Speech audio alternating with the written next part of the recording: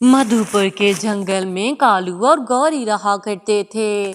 मधुपुर के जंगल में कहीं भी सब्जियां ना उगती, इसीलिए कालू कौवा तो उड़कर दूसरे जंगल से सब्जियां ले आया करता और कई कई दिन बासी सब्जी बेचकर अच्छे पैसे कमा लेता।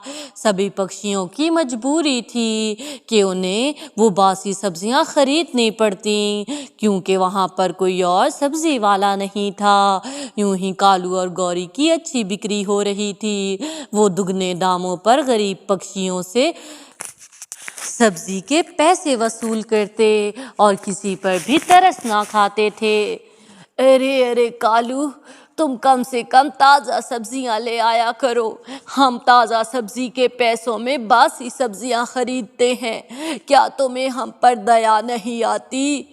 अरे अरे बुढ़िया, मैं इतना ज़्यादा फ्री नहीं हूँ कि मैं तुम्हें रोज़ ताज़ा सब्जी ला कर दूँ। मैं दूसरी मंडी में हफ्ते बाद जाता हूँ। अगर तुम्हें मुझसे सब्जी खरीदनी है तो खरीद लो, वरना यहाँ से दफा हो जाओ। लेकिन याद रखना, फिर कभी सब्जी लेने मेरे ठेले पर ना आना। अरे अरे कालू, तुम तो बुरा मना गए। ठीक है, मुझे सब्जी दे दो। यूं ही सभी पक्षी उनके जुल्म से बहुत परेशान थे। दूसरी तरफ सुंदरवन जंगल में रानो चिड़िया रहा करती थी। यूं ही रानो की माँ का देहांत हो जाता है। रानो के पास अब वहाँ रहने की कोई वजह ना बची थी और वहाँ के पक्षी उसे तंग किया करते थे। यूं ही रानो सोचती है कि वो वहाँ से कहीं और चली जाएगी। यूं ही रानो उड़ते उड़ते मधुपुर के जंगल में आ जाती है। रानो के पास उसकी माँ के कुछ गहने थे। यूं ही रानो किराए पर एक मकान खरीदती है और वहाँ पर काम ढूंढने लगती है। अरे अरे, आप मुझे बता सकते हैं कि मैं यहाँ पर क्या काम कर सकती हूँ? अरे अरे, देखो यहाँ पर कोई खेत नहीं है। तुम अगर काम करना चाहती हो तो तुम्हें लोगों के घरों में काम करना होगा, लेकिन यहाँ पर सारे गरीब पक्षी हैं, तो कोई भी तुम्हें अपने घर में काम कैसे देगा? यहाँ पर और तो कोई ज़्यादा रोज़गार नहीं है। पक्षी यही छोटे मोटे काम करके अपनी गुजर बसर करते हैं। अरे अरे, यहाँ पर क्यों खेत नहीं है? देखो, यहाँ पर पानी की बहुत किल्लत है। उसके अलावा भी यहाँ पर ज़्यादा ज़रख़ेज़ ज़मीन नहीं है, जिसकी वजह से पक्षी यहाँ पर सब्जियाँ नहीं उगाते। अरे अरे, हम कोशिश तो कर सकते हैं और पानी हम दूसरे जंगल से भी तो ला सकते हैं। अरे अरे, इतनी कौन मेहनत करे कि रोज़ जाकर दूसरे जंगल से पानी लाए और सब्जियाँ उगाए। अरे अरे, क्या आप मुझे छोटा सा खेत खरीद कर दे सकते हैं? यूं ही वो उसको एक छोटा सा खेत खरीद देता है। इस बात का पता जब गौरी को चलता है तो वो कालू से कहती है, अरे अरे, इस जंगल में एक नई चिड़िया आई है और उसने एक खेत भी खरीदा है। सुना है वो वहाँ पर सब्जियाँ उगाएगी। कालू जी, आपको क्या लगता है? अरे अरे, ये नई चिड़िया आई है, इसीलिए ज़्यादा फड़फड़ा रही है। तुम चिंता मत करो, ये बस कुछ दिन का शौक है। एक दिन भी वहाँ से पानी लाना आसान बात नहीं है। दूसरे जंगल एक दिन जाएगी तो दूसरे दिन थक हार कर घर बैठ जाएगी।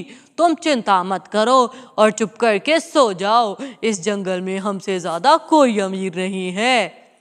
जंगल में बासी सब्जियां और महंगी सब्जियां बेच बेच कर कालू और गौरी तो बहुत अमीर हो गए थे, लेकिन वो दोनों बहुत जालिम थे। दूसरी तरफ रानो चिड़िया बहुत खुश थी कि उसने अपने लिए एक खेत खरीद लिया है। यूं ही रानो तो मेहनत से कभी जीना चुराती। यूं ही रानो सुबह सुबह दूसरे जंगल की ओर निकल जाती और वहाँ से पानी के मटके भर भर कर ले आया करती और अपने खेत में पानी लगाया करती। उसने दूसरे जंगल से बीज भी लाए थे जो कि बहुत आला क्वालिटी के थे और उसने उस खेत में उगा दिए। अभी कुछ ही महीने गुजरे थे कि रानो के खेत में रंग बिरंगी सब्जियां उग गई थीं। जंगल के सभी पक्षी उसकी सब्जियों को देखकर हैरान थे। यूं ही रानो अपनी सारी सब्जियां तोड़कर जंगल में बेचने चली जाती है और रानो तो बहुत सस्ती सब्जियां बेच रही थी। अरे अरे बेटी, ये आलू किस भाव दिए? अरे अरे माँ जी, ये 10 रुपए किलो हैं, लेकिन आपके पास जितने हैं आप इतने के ले लीजिए और चिंता मत कीजिए, मैं आपकी बेटियों जैसी हूँ। अरे अरे, तुम्हारा भला हो, तुम्हें तो ऊपर वाले ने हमारे लिए ही भेजा है। ये कालू और गौरी बासी आलू भी 100 रुपए किलो बेचते थे और किसी पर तरस ना खाते थे। अरे अरे, अब आप चिंता मत कीजिए, मैं रोज अपने खेत से ताजी सब्जियां लाऊंगी और सभी गरीब पक्षियों की मदद भी किया करूंगी। आप सभी पक्षियों को बता दें। यूं ही रानू जैसे ही अपने ठेले पर सब्जियां लाती है, उसकी सब्जियां तो कुछ ही देर में बिक जाती हैं। जंगल के सभी पक्षी भी बहुत खुश थे। अरे अरे, मैं तो आज ताज़ा गोभी के पकौड़े बनाने वाली हूँ। अरे अरे, ताज़ा गोभी कहाँ से मिली तुम्हें? रानो के खेत में बहुत सारी सब्जियां लग गई हैं और बहुत सस्ते दामों में वो सब्जियां बेच रही है। यूं ही जंगल के सभी पक्षी तो बहुत खुश थे। दूसरी तरफ कालू और गौरी की अब बिक्री ना होती, जिस वजह से कालू और गौरी को बहुत गुस्सा आता है। यूं ही वो दोनों योजना बनाने लगते हैं। अरे अरे कालू जी, हमें कुछ तो करना होगा, वरना ये चिड़िया तो हमारा सारा काम ही ठप कर देगी। अरे अरे, मैं सोच रहा हूँ अब रोज के रोज दूसरे जंगल से जाकर ताज़ी सब्जियां ले आया करूँ, ताकि पक्षी मुझसे सब्जियां खरीदें। यूं ही कालू कौवा अब तो रोज के रोज ताज़ा सब्जी लाने लगता है, लेकिन उसके बावजूद भी पक्षी उससे नहीं खरीदते, क्योंकि उसने सब्जियां बहुत महंगी लगा रखी थी। उसकी निस्बत रानो बहुत कम सब पैसों में सब्जियां बेचती और गरीबों को तो मुफ्त में भी दे दिया करती थी। बहुत कम समय गुजरा था कि रानो ने अपना घर खरीद लिया था और रहने के लिए हर वो चीज़ खरीद ली थी जो उसे चाहिए थी। अरे अरे, आज अगर मेरी माँ होती तो उसे मुझ पर बहुत गर्व होता। मेरी माँ हमेशा मुझे कामयाब देखना चाहती थी। यूं ही रानो तो बहुत खुश थी। यूं ही कालू और गौरी की तो नींदें हराम हो गई थी। अरे अरे गौरी, इस रानो का कुछ ना कुछ करना होगा, वरना हमारा धंधा तो सच में ठप हो जाएगा। मैंने ताज़ा सब्जियां लाई, लेकिन मेरी ताज़ा सब्जियां भी किसी ने नहीं खरीदी। अब क्या होगा? अरे अरे, मैं तो कहती हूँ हम लोग उसके खेत में जाकर उसकी सब्जियां चुरा लाते हैं और यूं हम लोग वो सब्जियां जंगल में बेच देंगे। फिर देखती हूँ वो चिड़िया क्या करती है। यूं ही अगले दिन जब रानो ठेला लेकर अपने काम पर जाती है तो कालू और गौरी वहाँ पर आ जाते हैं और उसकी सब्जियां तोड़ने लगते हैं।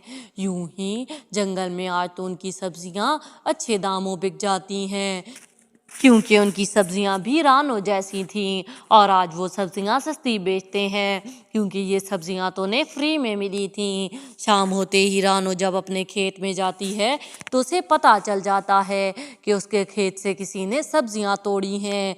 यूं ही रात हो गई थी। अरे अरे गौरी, मैं तो कहता हूँ रातों रात जाकर सारी सब्जियां तोड़ लाते हैं, कहीं उस रानो को हम पर शक ना हो जाए। सुबह हम वहाँ से सब्जियां नहीं तोड़ेंगे, बल्कि आज रात ही सारी सब्जियां तोड़ कर रख लेंगे। यूं ही कालू और गौरी उसके खेत में जाते हैं, लेकिन वो वहाँ जाकर तो हैरान हो जाते हैं, क्योंकि रानो पहले से ही उनका इंतजार कर रही थी। अरे अरे, तो तुम दोनों हो वो औबाश चोर, तो तुम लोग मेरे खेत से सब्जियां चुराने आए हो। तुम लोग भूल गए हो शायद, मेरी माँ ने मुझे जूडो कराटे भी सिखाए हैं। अब तुम दोनों की खैर नहीं। यूं ही रानो उन दोनों को पीटने लगती है। अरे अरे, माफ कर दो हमें, अरे अरे छोड़ो हमें। यूं ही रानो उनकी अच्छी पिटाई लगाती है। वो दोनों तो जख्मी हो गए थे। यूं ही दोबारा कभी भी उन्हें रानो को तंग करने का ख्याल ना आया और यूं यूं ही उन्होंने जंगल के पक्षियों को भी तंग करना छोड़ दिया था, जबकि रानू अपनी ताज़ा सब्जियों से सबकी मदद किया करती और सब लोग उससे बहुत खुश थे। तो प्यारे व्यूवर्स, अगर आपको मेरी ये कहानी पसंद आई हो तो प्लीज़ मेरे चैनल को सब्सक्राइब कर दें और इस वीडियो को लाइक करना ना भूलिए।